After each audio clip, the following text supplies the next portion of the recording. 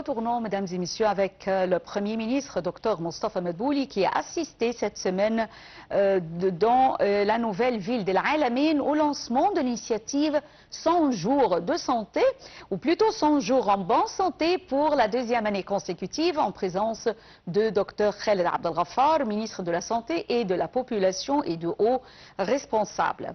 Et j'ai le plaisir d'avoir actuellement avec moi en ligne Dr Ihab Saad, professeur à l'Université du Caire, qui va nous parler et nous donner plus de détails sur cette initiative 100 jours en bonne santé. Bonsoir, Dr Ihab Saad, et bienvenue. Bonsoir Madame Jeanne et bonsoir à tous. Bonsoir. Je vous remercie pour l'invitation. Merci à vous. Moi je pense que c'est pas seulement 100 jours, on parle maintenant de plusieurs années de santé, Oui. des milliers de jours de santé pour tous les Égyptiens. Alors Oui. ça nous donne plaisir toujours d'avoir la santé des Égyptiens en focus et de persister, de continuer le processus de santé. Puisqu'il y avait d'autres initiatives également concernant la santé des Égyptiens. Oui, bien sûr. Oui. Oui. Alors, on a parlé de l'hépatite, de la cécité, oui. de la croissance des enfants, la vision des enfants à l'école, et plein d'initiatives, les seins chez les femmes, les maladies des seins. C'est vraiment le siècle de la santé des Égyptiens. Oui. Docteur Ihab Saad, quel est l'objectif de cette initiative 100 jours en bonne santé? Quel est l'objectif de cette initiative?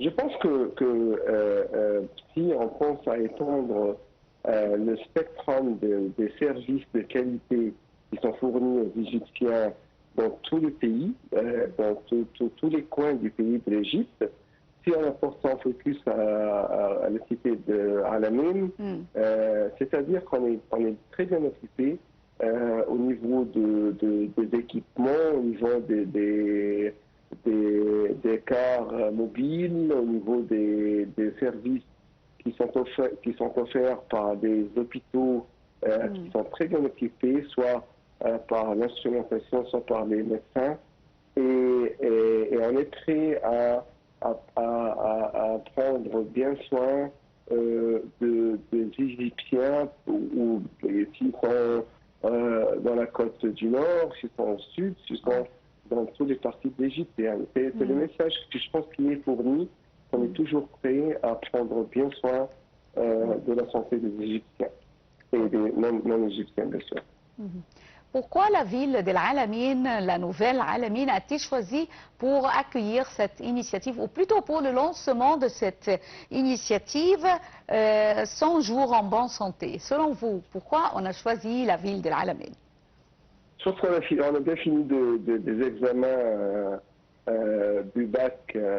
On a eu les résultats hier, je pense avant-hier, pour je ne sais pas combien de millions d'Égyptiens. Et je pense que toutes les familles se dirigent maintenant vers la côté nord du pays pour passer l'été. L'été, oui. Et il y a toujours des maladies qui peuvent surgir là-bas. Et puis, bien sûr, les maladies d'été, les allergies, les infections, le traumatisme, les accidents.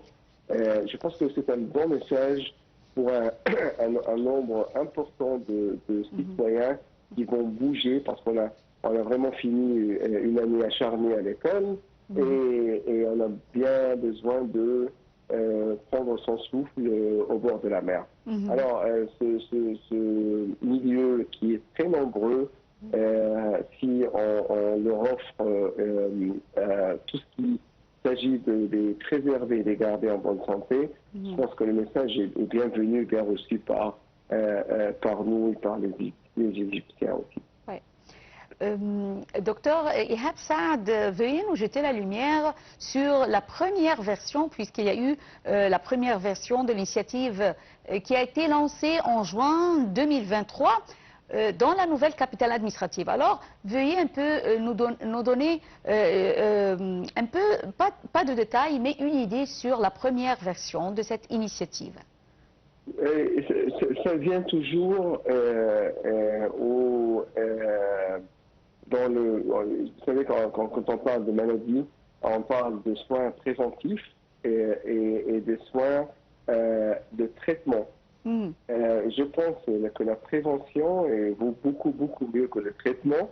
Et c'est pour ça que les initiatives concernant la santé se visent et se dirigent au dépistage précoce des maladies pour qu'on ne soit pas malade. Et c'est tout ce qui aboutit à une santé beaucoup, beaucoup plus meilleure aux Égyptiens. À son arrivée, le Premier ministre Dr Mostafa Medbouli a inspecté les véhicules participant à l'initiative, dont des ambulances, des modèles de cliniques mobiles spécialisées dans la fourniture de divers services médicaux. Veuillez nous parler de ce genre de véhicules qui, on peut dire que c'est un nouveau genre qui se trouve en Égypte, les véhicules mobilisés. Oui, ce qu'on peut faire, c'est qu'on peut installer un champ opératoire dans les véhicules mobilisés. On peut mettre un scanner, soit un tomogramme, soit un IRM dans les voitures immobilisées. On peut fournir les voitures immobilisées par des cliniques spécialisées dans tous les domaines de santé. Et on aura je veux dire que on a la condition les équipements, que c'est mobile, les équipements, ça peut bouger d'une place à l'autre pour gérer les malades ou des malades, les citoyens nombreux partout sans qu'ils bougent de leur place. Donc aussi, tous les équipements nécessaires. On peut aussi collecter du sang, on peut faire tout à travers ces voitures immobilisées qui sont vraiment très très bien équipées pour aboutir au but de préserver la santé des Égyptiens. L'initiative 100 jours en bonne santé bénéficie du plein soutien du président Abdel Fattah el-Sisi qui a ordonné le lancement de cette initiative. Alors comment voyez-vous l'intérêt accordé par le chef de l'État envers la santé du citoyen égyptien? Oui, c'est super. Hein. C'est un précédent et c'est très unique.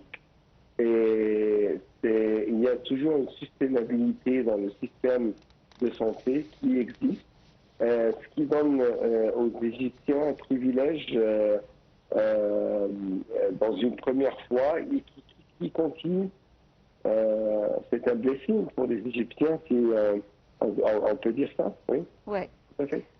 Oui, vous avez mentionné au début d'autres initiatives dont on peut citer celle de l'hépatite C ou bien d'autres pour le diabète ou le traitement d'obésité. Est-ce que vous voyez que ces initiatives ont rapporté leurs fruits? Bien sûr, bien sûr.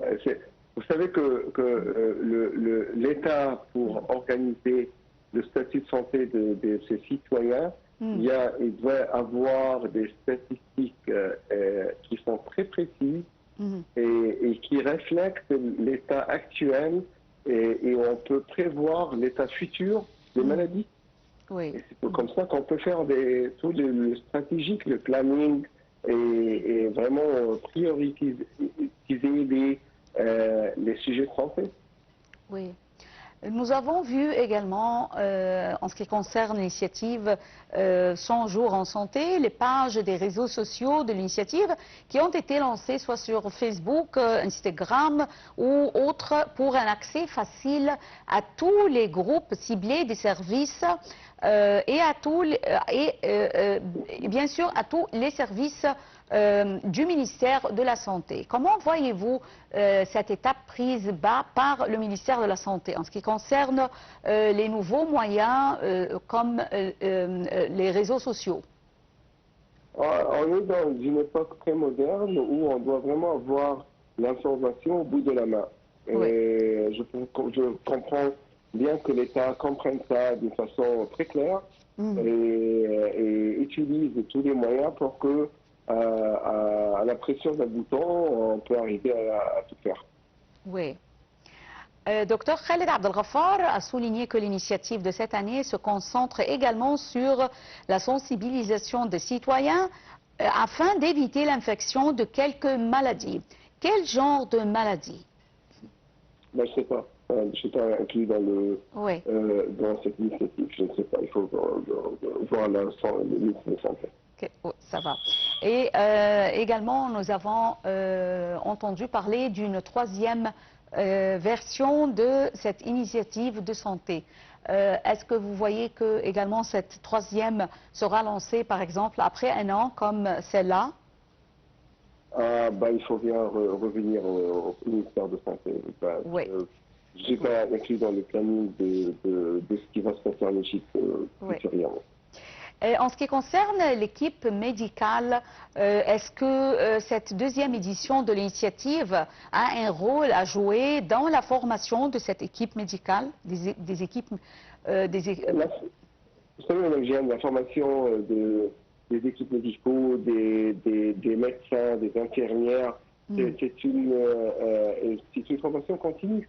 Oui. Alors, bien sûr, ça doit être inclus pour avoir aux meilleurs résultats, pour être astute dans les examens, les résultats qui sont fournis, l'introduction des données. Vraiment, il doit y avoir des équipes importantes, à un statut d'équilibre et de professionnalisme important. Oui. Selon vous, docteur Ihab Saad, quel est l'avis des organisations concernant la santé, comme l'OMS, Organisation mondiale de la santé? Quel est l'avis de ces organisations en ces initiatives? Puisqu'ils ont vu... Madame Jeanne, oui, je vous ai dit que si on prenait les initiatives qui sont prises en charge de l'Égypte en 2014 et au-delà de ça, c'était à un niveau humanitaire imprécédent. Alors, et les résultats, et ce qu'on a fait avec l'hépatite C, toutes les autres maladies, quand on a géré la cécité, qui est ma spécialité, en traitant la cataracte et les maladies le diabète et ses effets sur les yeux et tout ça, oui, c'était vraiment impressionnant. Il faut bien profiter de notre expérience pour que l'Égypte soit un domaine de tourisme médical important. Et je pense que ça, c'est l'étape prochaine. Il faut vraiment que l'Égypte soit un domaine de tourisme médical important, parce que ça, c'est des milliards de dollars qui sont inclus. Oui, puisque vous avez mentionné le tourisme médical, alors on a plusieurs sites desquels on peut profiter. Oui. Il faut inclure l'État privé aussi. Alors les cliniques privées, les hôpitaux privés en Égypte, il faut absolument les inclure, parce que ça pèse lourd dans le tourisme médical. Donc, je tiens à vous remercier infiniment, docteur Ihab Saad, professeur à l'Université du Caire, pour ces informations concernant l'initiative 100 jours en bonne santé. Mesdames et messieurs, nous arrivons à la fin de cette édition de notre programme direct. Merci pour votre fidélité à Nile TV International. Bonne soirée et au revoir.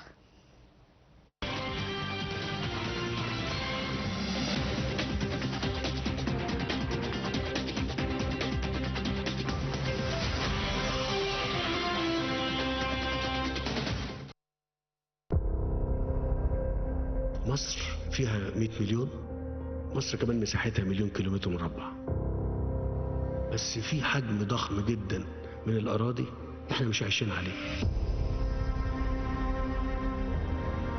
ما خدناش بالنا على مدى 60-70 سنة فاتوا ان الكلام ده هيبقى ليه تأثير كبير جدا وخطير على حياتنا ومستقبلنا. لكن احنا مش سايبين لا القاهرة ولا اسكندرية ولا بورسعيد ولا المحافظات، بنتحرك في كل القديم والجديد مع بعض عشان يليق بينا ويليق بالمصريين يعني. الموضوع مش مباني بس، لا ده تطور كبير قوي احنا بنعمله. فأرجو ان احنا نستعد مفكرين مثقفين فنانين هذا الحدث الكبير، ميلاد دولة جديدة بافتتاح العاصمة الجديدة. ميلاد دولة جديدة، إعلان جمهورية تانية.